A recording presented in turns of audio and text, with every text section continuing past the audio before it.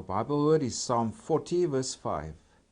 Many, O Lord, my God, are your wonderful works which you have done, and your thoughts towards us cannot be recounted to you in order. If I would declare and speak of them, they are more than can be numbered.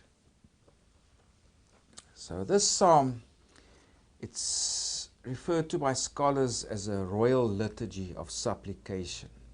In other words, it's a king. He comes to God and he performs a liturgy. In other words, he brings sacrifices and he brings his prayer and to supplicate God, because the king is in need, he's in trouble, and he needs God's help. So the psalm, it consists of the following portions. Verses 1 to 10 consists of a thanksgiving. That's where the king, he brings thanks to God, and then there's a specific prayer that's in verse 11, and then there's also a lament over a coming crisis that's spoken of in verses 12 to 16, and then there's a concluding prayer in verses 17. So verses 1 to 10, this is a form of thanksgiving. Here the psalmist or the king, he praises God for the help that he's experienced in the past. So it's a bit like making God's heart soft and praising God and say, God, you helped me with this. Praise your name, you helped me for that. And then comes the transition, says, God, I need your help now. So it's making God's heart soft. And the real reason for the psalm we actually find in verses 11. It says there, do not withhold your tender mercies from me, O Lord. Let your loving kindness and your truth continually preserve me. So this is a plea for help. So the thanksgiving portion, that's verses 1 to 10. There, the king would say, I waited patiently for the Lord, and he inclined to me and heard my cry. He also brought me up out of a horrible pit, out of the miry clay, and set my feet upon a rock and established my steps. So yeah, these are metaphors. The king, previously he was in dire trouble, probably referring to a military battle or situation where he was facing defeat or death. But God rescued him from that situation. And he also encourages others, trust the Lord, he will help you, etc.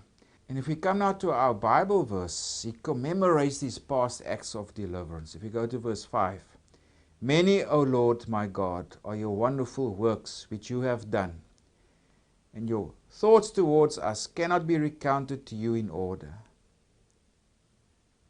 If I would declare and speak of them, they are more than can be numbered. So he's remembering these past deeds of help that God has given him. God has delivered him from this military defeat and times of anxiety he has experienced in the past. And now the king also speaks of sacrifices and offerings. It may sound like as if he didn't want to make them or it's not necessary to make them, but it's part of his duty as a king to bring this. So he also, in a sense, corrects himself in these verses. If we go to verse 6, it says, sacrifice and offering you did not desire. My ears you have opened. So in other words, God opened his understanding to what is God's will. In verse 7, then I said, also verse 6, burnt offerings and sin offering you did not require. Then I said, behold, I come.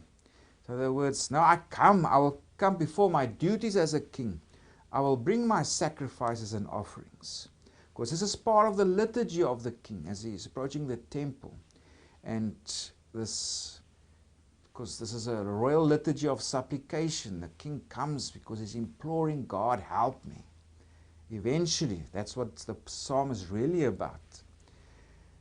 And in verses 7 it also says, in the scroll of the book it is written of me. And yeah, the king, or the psalmist, refers back to what's written in Deuteronomy. If you go to Deuteronomy 17, verses 14 to 20, you'll see there some instructions are given to the king, how he should behave. Amongst other things, he mustn't multiply his wives, he mustn't multiply his silver and gold and horses, etc. He must be a righteous king. who must look after his people.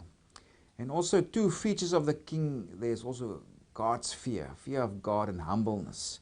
If we go to Deuteronomy 17 verses 19 to 20, it says there, "And it shall be with him," that's the king now, "and he shall read it all the days of his life." This is now referring to this law of Deuteronomy, including the sacrifices, etc., that must be brought to God. "And he shall read it all the days of his life, that he may learn to fear the Lord his God, and be careful to observe all the words of this law and his statutes." So in other words, be obedient to what's written in the scroll. In other words, specifically Deuteronomy. And includes sacrifices and offerings that are brought to God. Then verse 20, it also says that his heart may not be lifted above his brethren, that he may not turn aside from the commandment to the right hand or to the left, and that he may prolong his days in his kingdom, he and his children in the midst of Israel. So the king must behave properly. And it's written about the king here in the book of Deuteronomy. So this is also what the psalmist here in verses 7 specifically is referring to. He says, I know that, and I'm observing that. I'm bringing my sacrifices to you as part of this liturgy where I come to ask help from you. And of course then, he also says in verses 9 to 10, he publicly proclaimed God's help. He experienced God's help before.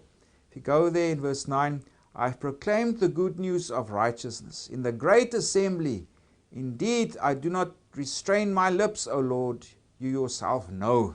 So he says, I've declared your help, your past help, to all the people. They know about it. But then we transition now also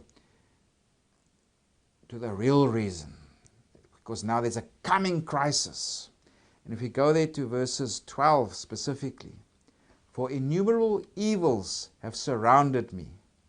My iniquities have overtaken me, so that I am not able to look up." So there are two reasons for this crisis. He's surrounded by enemies, and also because of his own sin, something he himself did wrong. It's probably also led to him being surrounded by these enemies. So this is a new coming crisis.